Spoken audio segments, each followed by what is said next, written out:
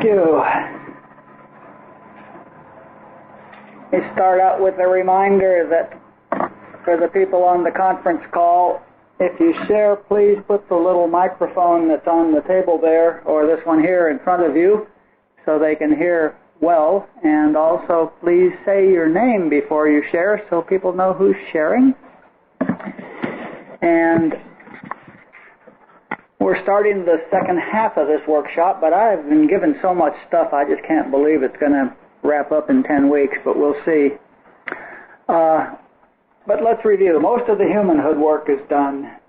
Script eradication requires work at the human level and work at the spiritual level. And the previous script and kid work used to be primarily at the human level. We talked a lot about having spiritual adults in gear, but we didn't talk very much about how to get it in gear.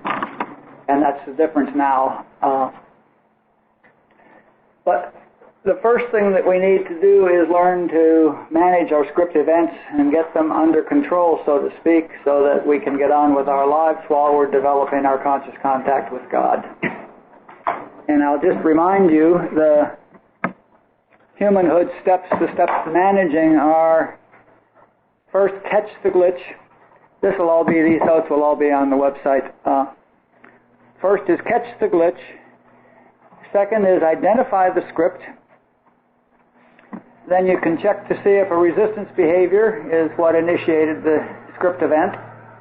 And you can check to see if a fantasy behavior is what initiated the event, so that you have a clear idea of what script is going on and can look and see what brought it about, or potentially what brought it about. And the way I do that is when I get a glitch, my immediate response is, okay, what's going on here? If there was a glitch, what's going on? What do I think is happening? What am I afraid of? What does this look like? And I've got my script list, and there's only 3 of them on there, or 2 or 4. And, oh, it's that one, and so that's fairly easy. Okay, then we take 100% responsibility for it, my script, and the bottom line there is, if I didn't have the script, I wouldn't have the glitch. So it clearly is 100% my responsibility in that sense, if in no other. But it turns out it's 100% my responsibility in every sense, because I'm radiating it, I'm attracting the people who read it, I'm seeing it, and it's mine. Then a couple of more steps. One is recognize that it's 100% impersonal. This is the new thing, and we'll talk about that today as one more tool for the humanhood side. If we can see that the script event is 100% impersonal rather than being done to me or by me personally, then it takes a lot of sting out of it. And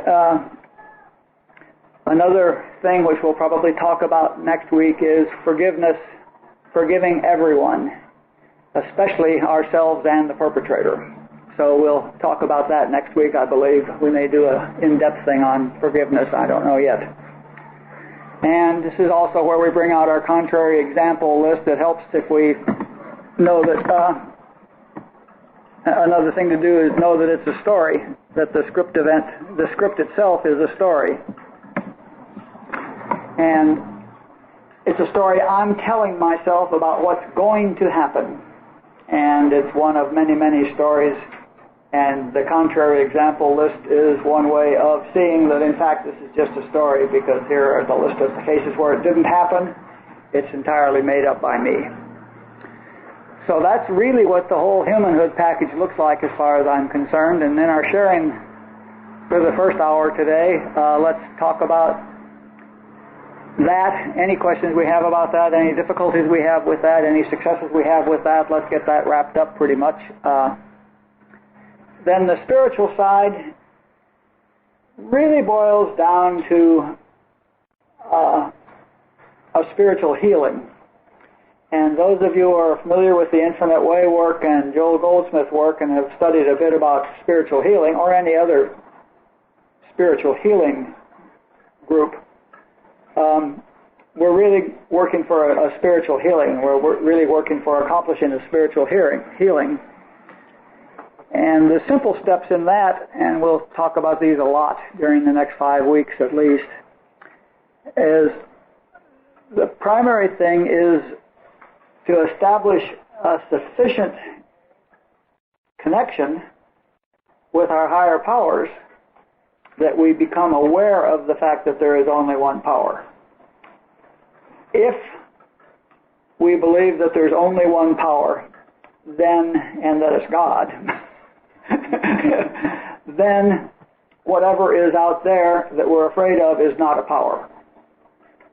And that allows us to do a whole lot of reduction of script events, and reduction of script we can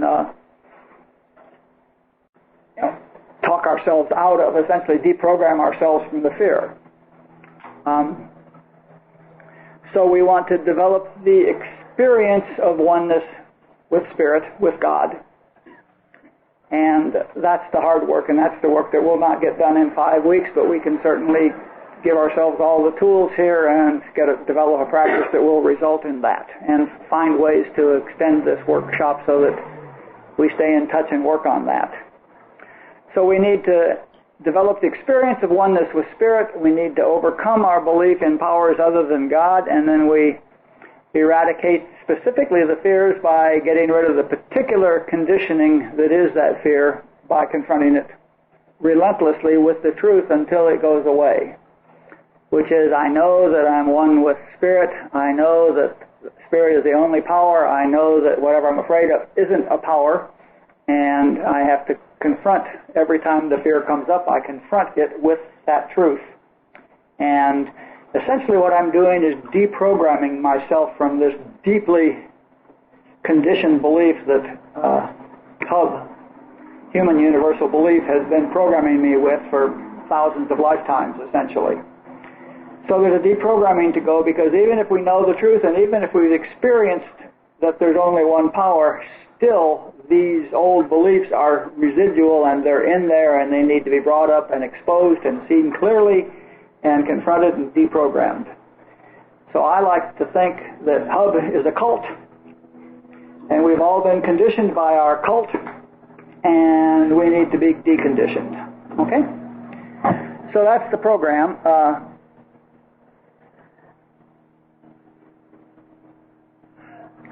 Confront each temptation to fear something, each glitch, with the fact that there's only one power, and confront each glitch with the specific truth that corresponds to that fear, that eradicates that fear. So that's really the two-sided approach to all this work. And for the first hour now, let's share about, well, first of all, are there any immediate questions about what I just said?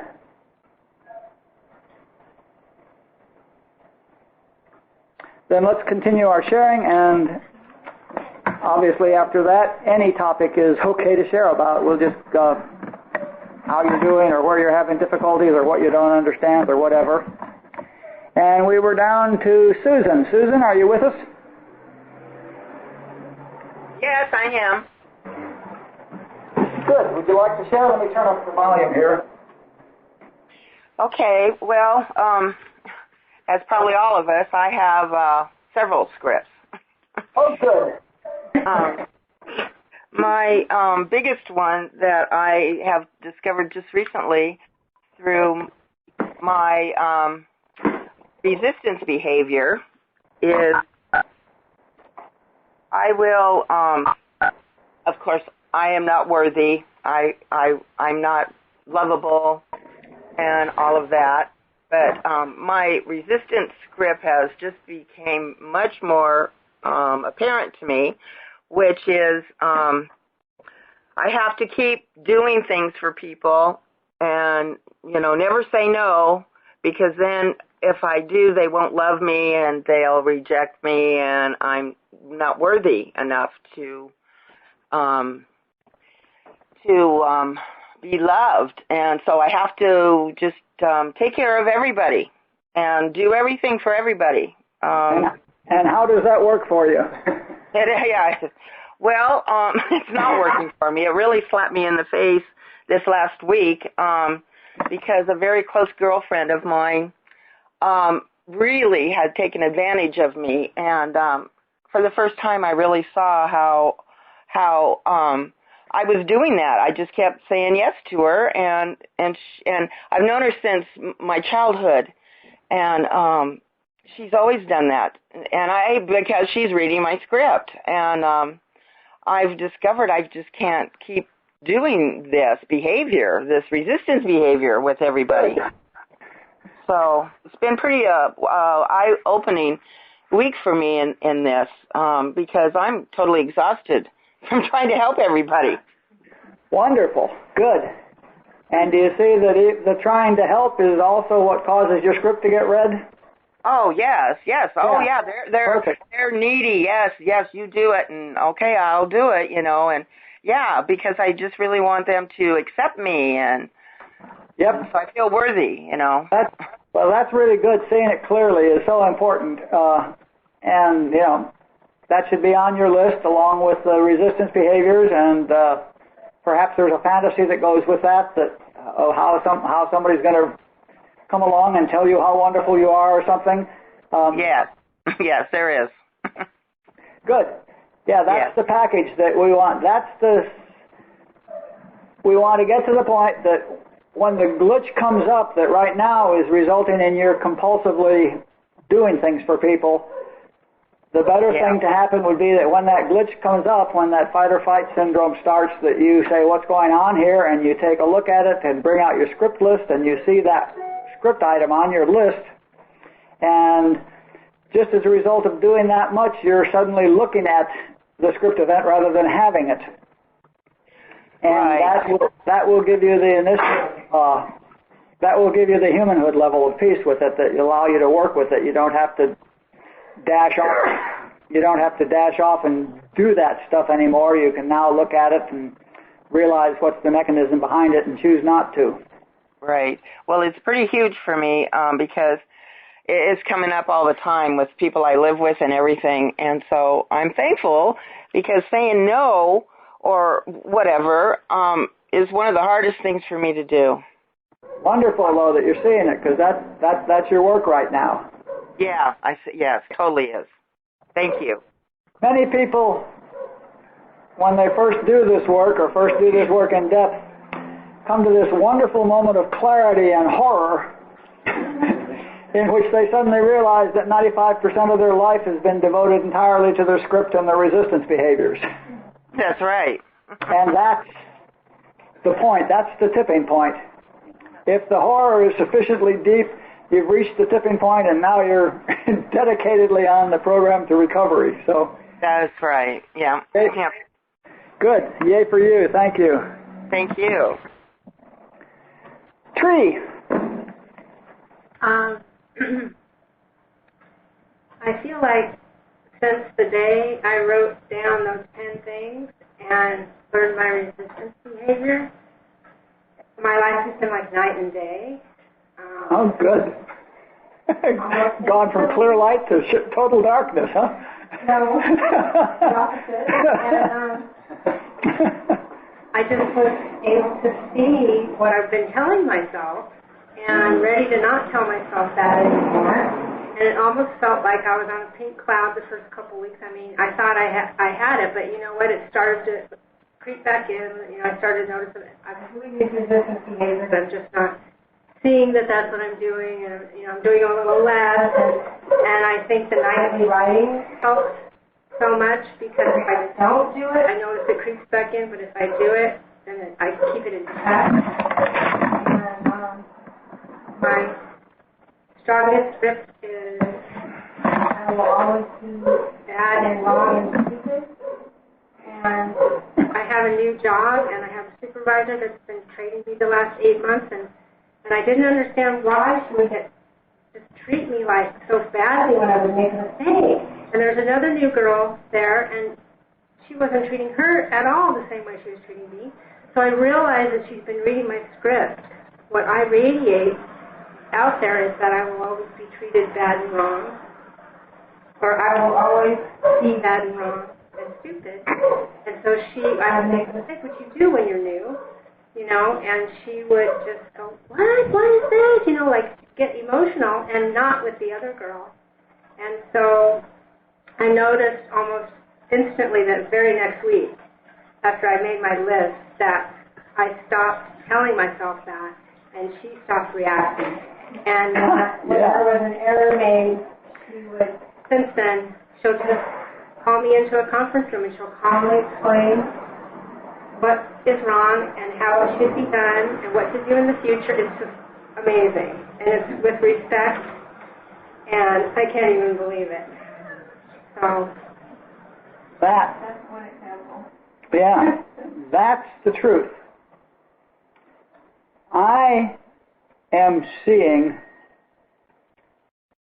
their behavior towards me into existence because I believe my script so strongly. I am seeing their behavior towards me into existence, and were I able, and I was talking with someone this morning, were I able to get into my center, in fact we've had some really good experience with this over the past year, whenever I am able to get into my center and know the truth before I go into the situation, and especially if I'm able to know who this person is that I'm going to meet with, the spiritual being, not the human experience, who this person is, and know that whatever behavior they may have is just a result of their picking up hub, if I walk into that situation, then I'm a Zen master, I'm untouchable, they treat me with respect. It's just amazing how their behavior will differ. And the only thing I have to do is stop before I walk into the situation and get into my center and get some truth going. And go in there trying to bring light to the situation, not reveal their errors or their wrongness or anything like that, but bring light to the situation. What's really the truth here? Who is this really? Who am I really? What's really happening here? If we can do that, it is just amazing how every situation changes. It's phenomenal. And you've been experiencing it, and I know you know that, and several others of you know that. So it's truth, not speculation. Thank you. That's the bottom of the list, but some of you weren't here, so we can go back and pick up the ones who didn't get to share yet. Judy, would you like to share? Sure. Judy, it's funny. One of the things that I've been noticing is like I get this, all of it, but it permeates and then it goes back to like, nah, come on. Like then it goes back to, no, you don't have any contrary scripts to devoid any of these, the things that I think I have evidence over. And then I look at it logically. I was just thinking, just actually right now, it's like one of the things that I had is, one of the scripts I had is, I'm not smart. And, or I'm stupid, whatever. And so one of the things for me, I worked at my same job for 15 years, and I'm always afraid that, I'd be found out, that I wasn't really scientifically minded or things like that. And so that is a contrary action. This is a contrary situation. I've been there 15 years. Certainly is. I mean, my industry has been down by 60%. Apparently your work is satisfactory. Yeah. It's like, so even though that's the dichotomy, is like, so what seeps in for me is like, I start to really go, oh yeah, no, I get it. Then I discard it, and then it comes back to, so it's kind of like a fight, is what I'm saying. It's push-pull for me. Yep. So, that's the deconditioning I'm talking about. Yeah, and I can see that it's penetrating, but then I slip back sometimes. And what it slips back to is like that whole analytical, like, come on, that kind of stuff. So anyway, but one of the things too is like I have the script that I'll always be alone, and I'm not alone. I mean, I have a big full life, and I have a lot of friends and all that stuff.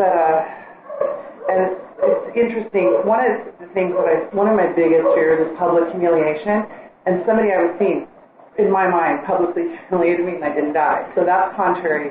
That's contrary. Situation as well. So I know that too. But there are lots of people that don't publicly humiliate you, and that should be on the list.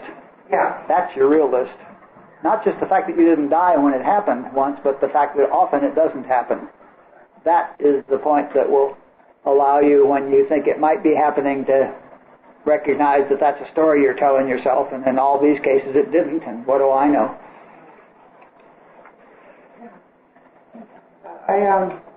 So that's pretty much that's what I've got going on with everything.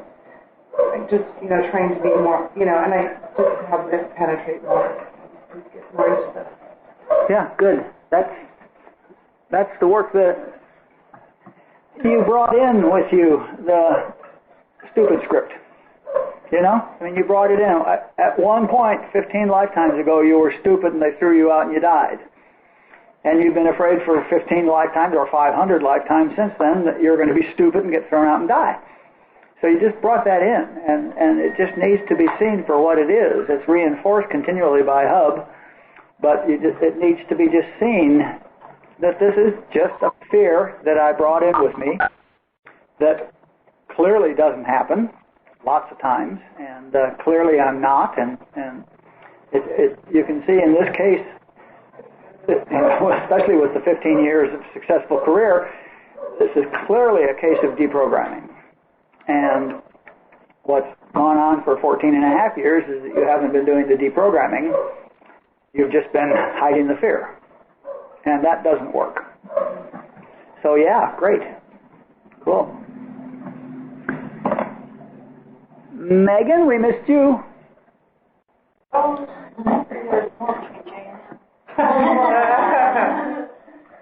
Passing is allowed, but it'd be better if you didn't.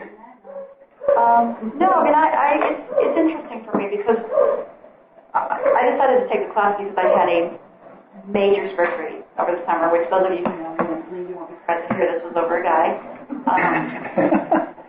No. Yeah, I know. But what's been interesting for me is sort of I was actually really angry when that happened because I was angry that I still have the script event, and I still exercise resistant behavior, and I still do this in regards to some of my primary scripts. But I took this class 5 or 6 times in the past, and I made a decision that instead of doing the work, I would avoid relationships, which I really learned. And it's like in the past year, I've learned with women is one thing, and then with men is a whole other. But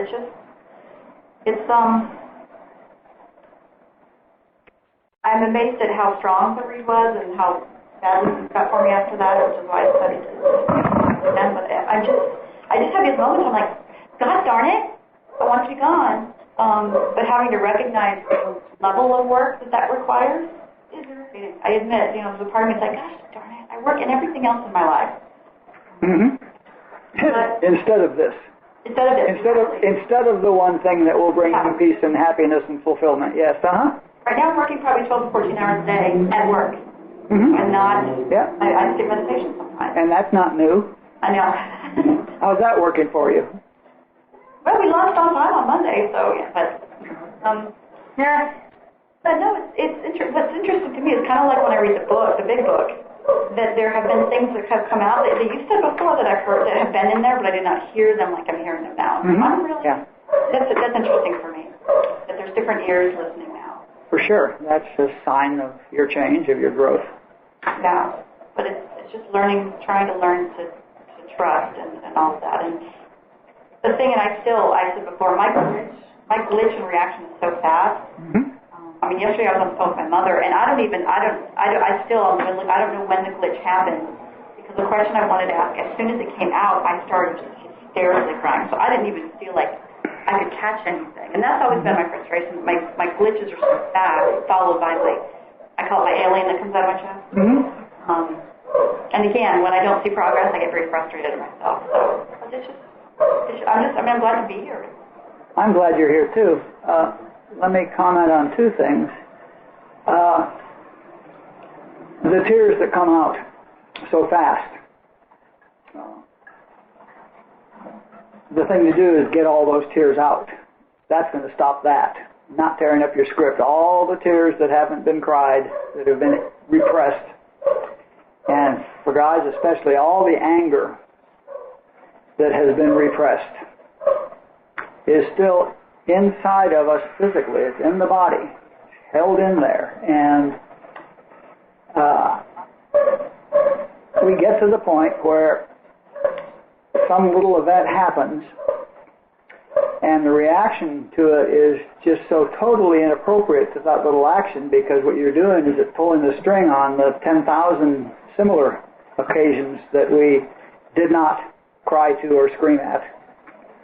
And so the reaction is totally out of proportion to what's happening, and so of course we repress the reaction because it wouldn't be proper or appropriate or whatever, and now we have 10,001.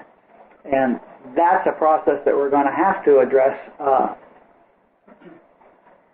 The rage has to be raged, the tears have to be cried, all that stuff has to be gotten out, and we have to find ways of doing that. Maybe we'll have one session on doing that, on how to do that, because the experience is that has to happen, and there's lots of documentation out there. Sarno's book on back pain and stuff like that, he says that, it's in the introduction to this work, every reoccurring back problem is a result of repressed rage. By a scientist who knows what, he says 100% of repressed back pain is due to repressed rage. And he's a scientist with 25,000 cases he's looking at, and he knows numbers like 98% or 95%. He chose 100% because he's a scientist and he hasn't found one that isn't, So that all has to be gotten out. So we're going to have to do that, and we have to get current. And the other thing I was going to say is that there is no alternative. What we haven't done during the previous times that you've done this work is work adamantly on establishing and deepening a conscious contact with God, and because that is where the healing is. Until you have that, we talked sort of vaguely about having higher power and about a spiritual adult, and switch your kids' desires from out there to spiritual adult and such like, but that's real namby-pamby. Now we're talking about my kid having a relationship with a spiritual adult, and no, what we're talking about is me, the scared part of me, having the actual experience of God, okay? And that is where the work gets done. Specific work gets done. So, and I don't think there's any alternative to that. I think that work has to be done. I believe we're going to have to all experience the presence of God and know the specific truth that corrects the specific lies, and cry all the tears and scream all the rage. And I had to do that. It took me a month to get my rage out because I used to pour 3 fingers of scotch on it. Every time something would come up, I was afraid, so I didn't want to get into confrontation, so I just poured a little scotch on it. That fixed it, Alcohol works for me, So I was in a rage for a month. Well, for 10 or 15 minutes a day for a month. Screaming rage. Awesome rage. It was a lot of fun. And the tears have to be cried, and I still have a little bit of that inside of me I get in touch with once in a while. Not much. So that's the real work. Marinette, are you on the phone? She's not with us today. Not with us, okay. Is Eileen with us today? Eileen, would you like to share?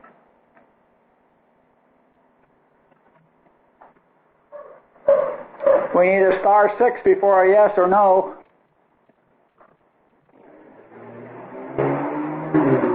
I take it Eileen's not with us. Sam isn't here. All right, let's back to the top. Can I just butt in and ask if someone has a dog who's not muted, could they mute, please? Sure, you can come in. Anybody have a dog that's not muted? Please mute your phone. Thank you. I don't hear a dog, but okay. Was there a dog barking outside? Yeah. Oh, it's outside our place. It's outside us. We got a dog. Sorry. Okay, thank you. Just me, you think? Yeah, just Jay. Ann's not here. Ann Sheridan, are you here? Are you on the phone? Are you in Ireland? Are you in Torrance? Are you alive? Anya. Hello. Hi, Anya. Hey, Everybody. Hi, Anya. Hi. Hi. How nice to hear from you. It's great to hear all of your voices, and especially you, Lee. And I had a real whopper of a script earlier this week, and it's one that I haven't been in touch with for quite a while, although it used to be pretty rampant, but I'll always be ignored and treated with indifference. Uh-huh. And, I'm sorry to say that I did not catch it for a couple of hours, that I was in script, that I had been running the script for about a week with, there's a publisher that I do some work with, and she's really, for the most part, very, very available for me, and has been in the 3.5 years that we've worked together. But over the last week, I have to really spend some time backtracking where the script kind of butted its little seed again. But over the last week, there were several times where we had set up a time to talk about something specific. And then, for whatever reason, she wasn't available, and she didn't let me know she wasn't available. So what happened this week was that it had happened several times, and then I just got mad about it. And I wrote her an email letting her know that I was upset about it, and can you let me know when you need to cancel our appointment or such and such. And I was feeling pretty righteous in my anger for an hour or so, and my sweet husband pointed out that, sweetie, I think you might be in script.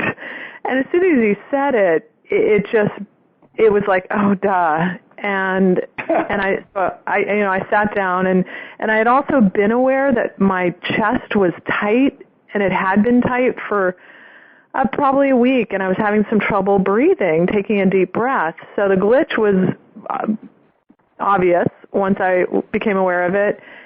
And then I just sat down and I realized, wow, I've been emanating this script for at least a week. She's just reading it. She's powerless not to read it.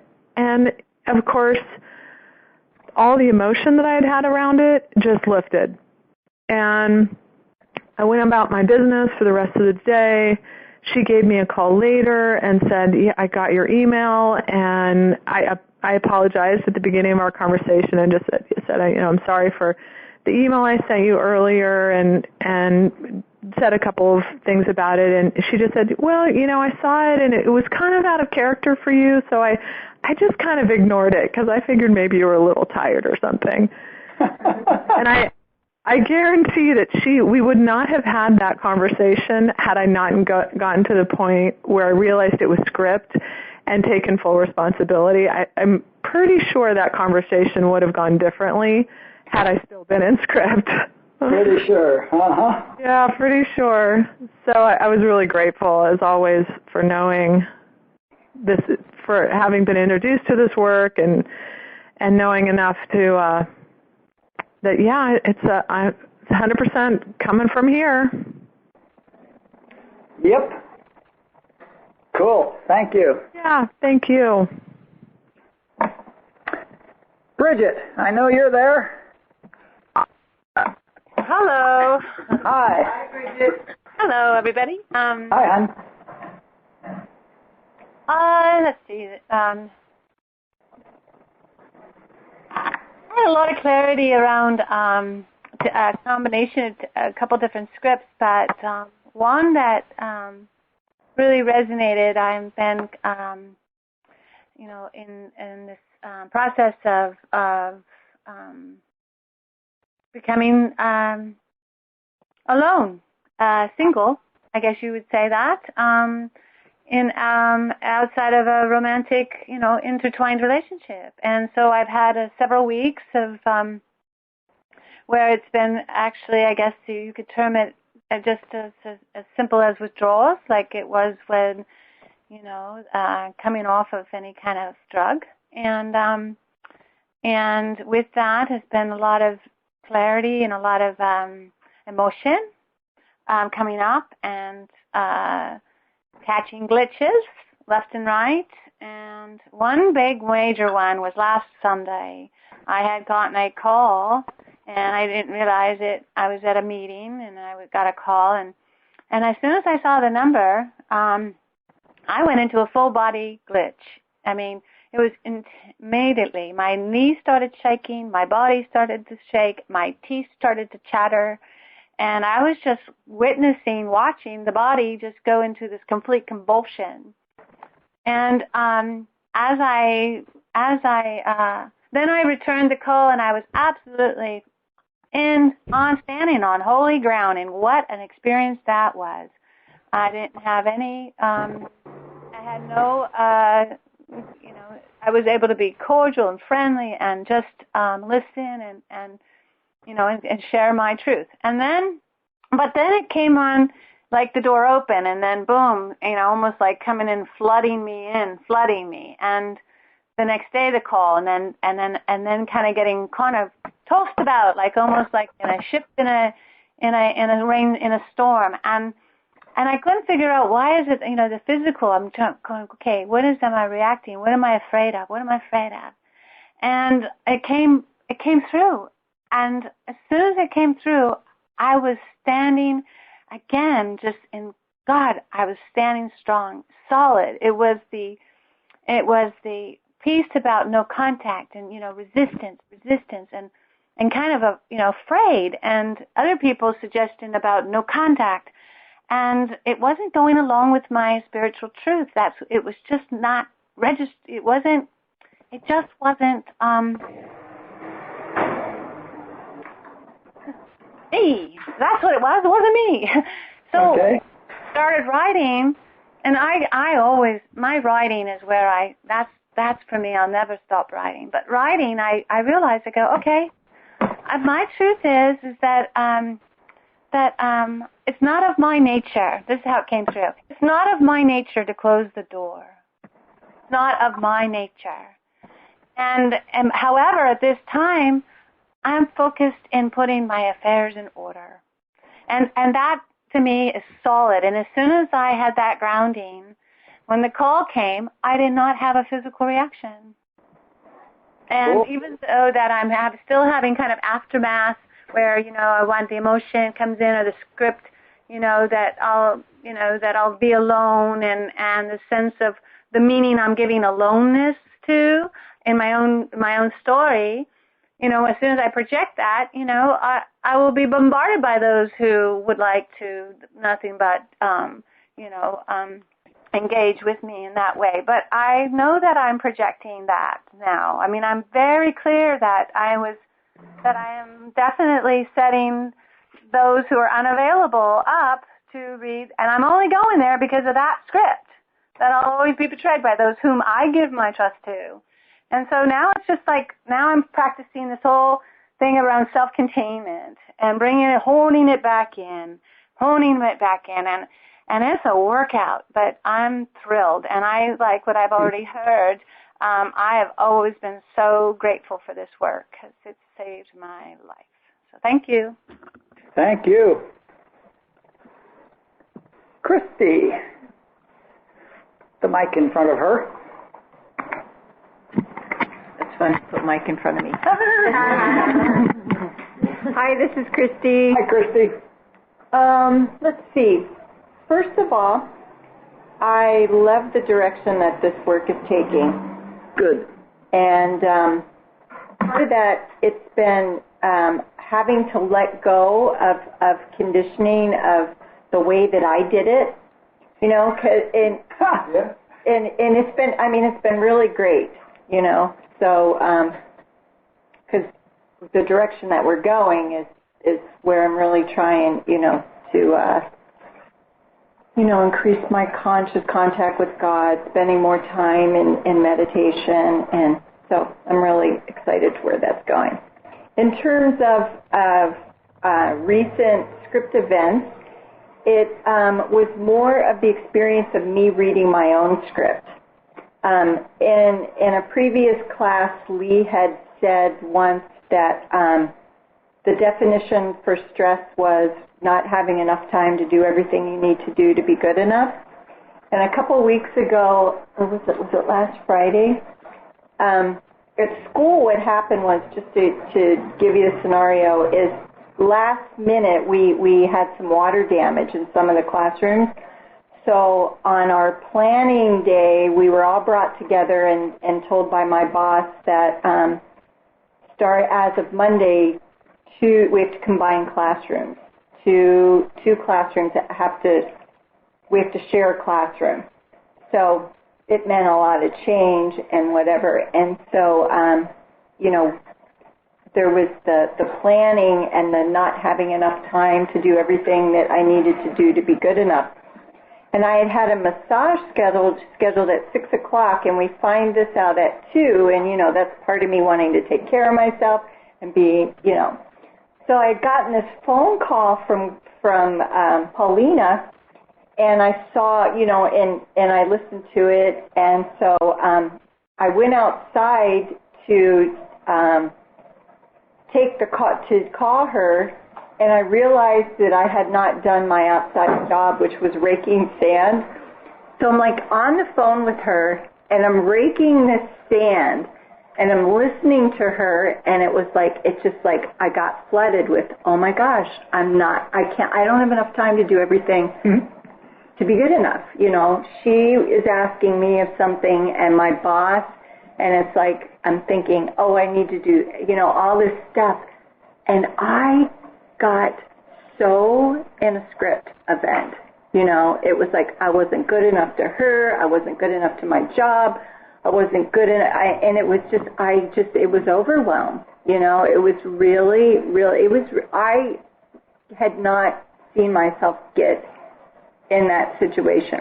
So, went home. I was really tired. Got up the next morning, did some writing, and realized I was in a full-blown script event, So I cleaned it up with Paulina, and then I had to really look at, oh my gosh, how still I am so hard on myself.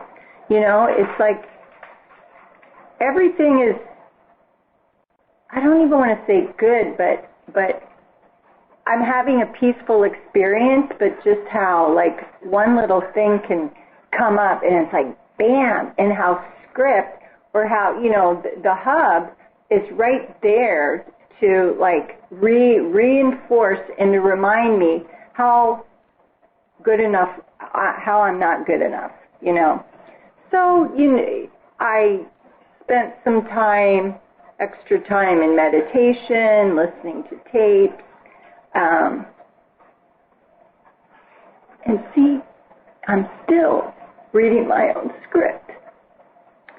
Because I think, oh, I should be beyond that, And I'm still there's still emotion, So I'm grateful because I know what it is, what needs to be done, and then too, letting go of those old ideas, because I know I'm good enough. It's just that reinforcement. So on the flip side of it, what's really great is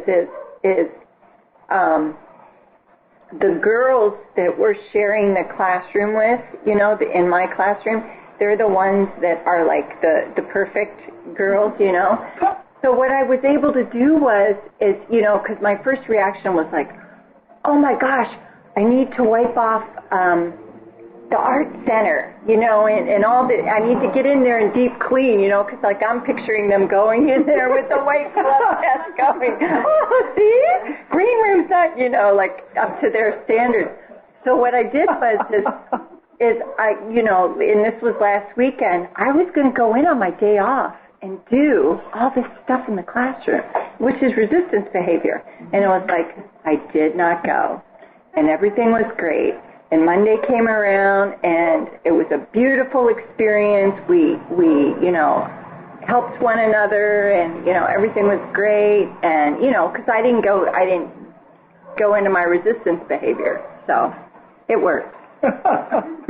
Cool. Thanks. Cynthia, are you on the phone? Nope. Debbie, are you on the phone? Oh, it's Cynthia. Hello? Oh, hi, Cynthia. Yeah, jump in. Your turn. Hey, I just wanted to say hello. I'm going to pass because I think it's going to be really noisy where I'm at right now, but I just wanted to say hello. I'm here listening and definitely watching the script events, and I'll check in with you next week. Okay, thank you. Thanks. How about you, Debbie? Are you with us?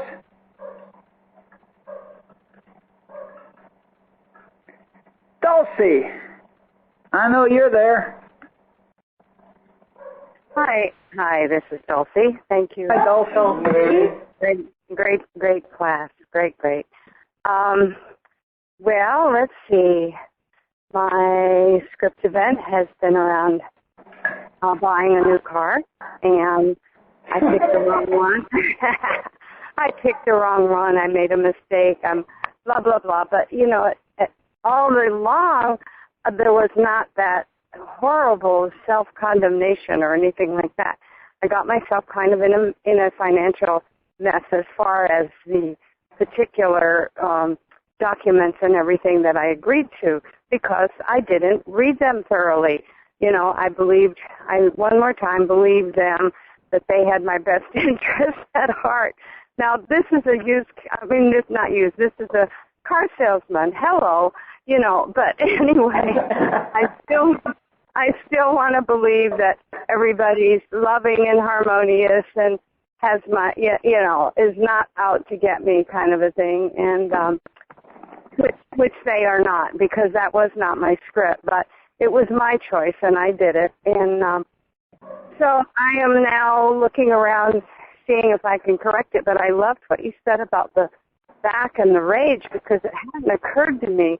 But as soon as I get in the seat of this car, my back is killing me.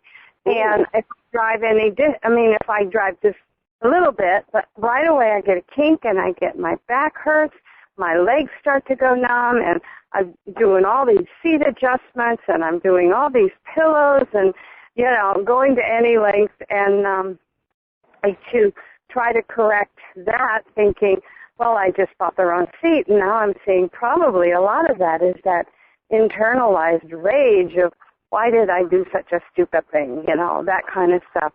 But the best news is I'm not beating myself up over it, which I really would have done.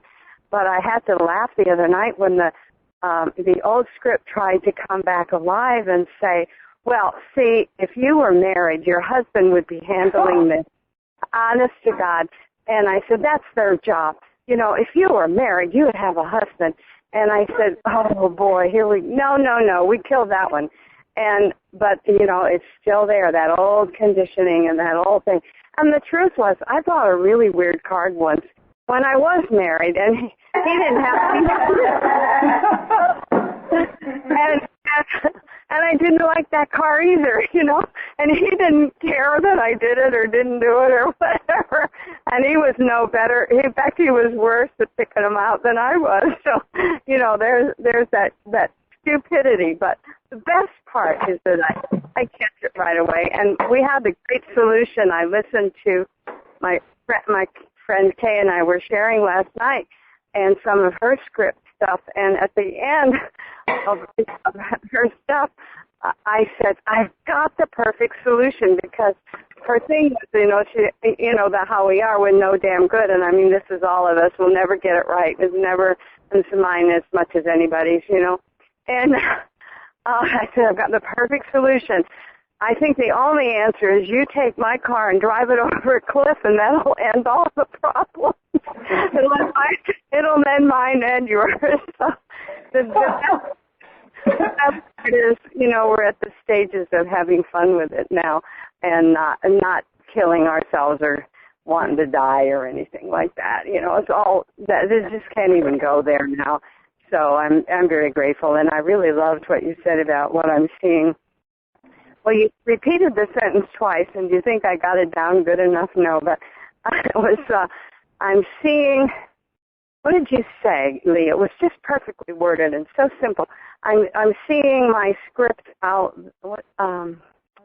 Anyway, it was so good. I'll have to go back to my notes. And anyway, that's enough of me and my saga. And I've got, my back has stopped hurting. And, I have a couple pillows that's working. But, there's not that self-hate. Well, and Sherry and I were sharing about self-hatred. And when I hear more and more, as I hear people's 10 things, I'm so realizing how much of those 10 things are based on real self-loathing or hatred or whatever word you want to. And because otherwise we just wouldn't, do those things to ourselves or believe. But the best news is non-power and impersonalization. It's not personal. It's just that universal crap, And so, thank you. Thank you. What kind of car? What's the kind of car you have? Don't worry about it. That's going to be gone soon. So when Kay's going to drive it off the cliff, is she supposed to be in it? Yeah, she's supposed to be in it so that it solves all her problems. Then she won't Maybe we can find another approach. Taking reincarnation a little far, isn't it? Yeah, I thought it was a great solution to end all of her script events. I hear you. Hi, Kay. Hi. We all love you just because Dulcie doesn't. It's the wrong color for me. I'm not driving it off a cliff. Maybe it'll turn from a pumpkin into a chariot. All right, let's take a break for 10 minutes, and then we'll come back and start on some new stuff. One of your